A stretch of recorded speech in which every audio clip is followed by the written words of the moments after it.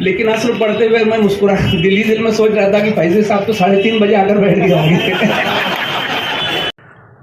आप देख रहे हैं पब्लिक समाचार, पब्लिक के हक में।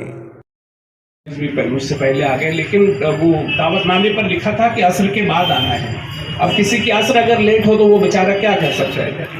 लेकिन असर पढ़ते हुए मैं मुस्कुरा, दिल में सोच रहा था कि फैजी साहब तो 3:30 बजे आकर बैठ गए होंगे।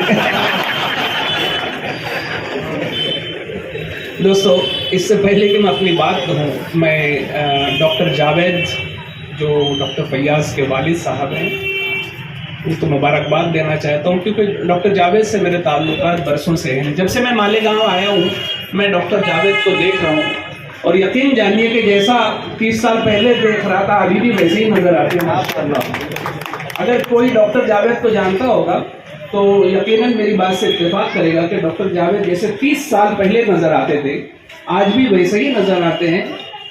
और उनको मुबारकबाद देने के बाद मैं डॉक्टर जावेद को मुबारकबाद इस बात की दूंगा कि पहली मर्तबा, शायद बहुत कम ऐसा होता है कि स्टेज के ऊपर उनके असातिज़ा को याद किया जाता है। अक्सर जो है असातिज़ा को भूल जाते हैं लोग, लेकिन मैं इस बात पर भी मुबारकबाद दूंगा कि उन्होंने अपने असातिज़ा को याद रखा। मेरे दोस्त अशफाक कादरी,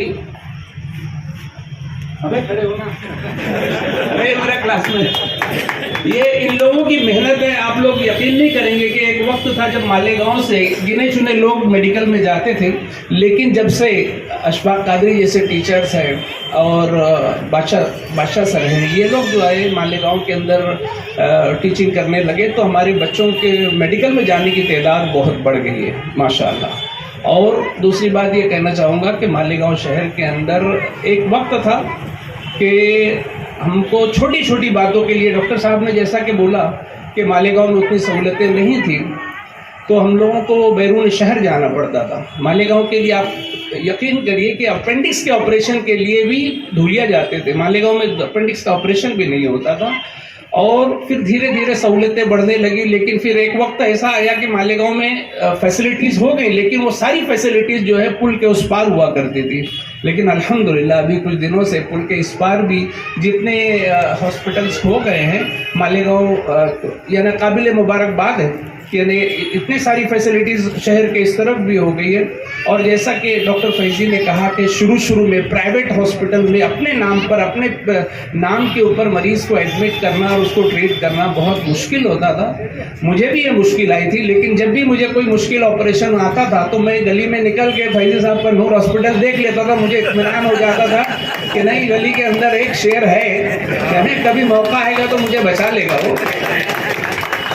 अल्हम्दुलिल्लाह मैं दुआ गो हूँ कि अल्लाह ताला डॉक्टर फैयाज के हाथों में शिफा दे। बस इतना कहकर मैं हज़रत मौलाना इफ्तिखार साली कासमी साहब से गुजारिश करता हूँ कि ये अपना मुख्तसर इजहार ख्याल करके उसके बाद दुआ फरमाएं। जावेद साहब से गुजारिश करता हूँ कि वो यहाँ पर आ जाएं ताकि हम अपने मेहमानों का इस्तेकबाल कर सकें।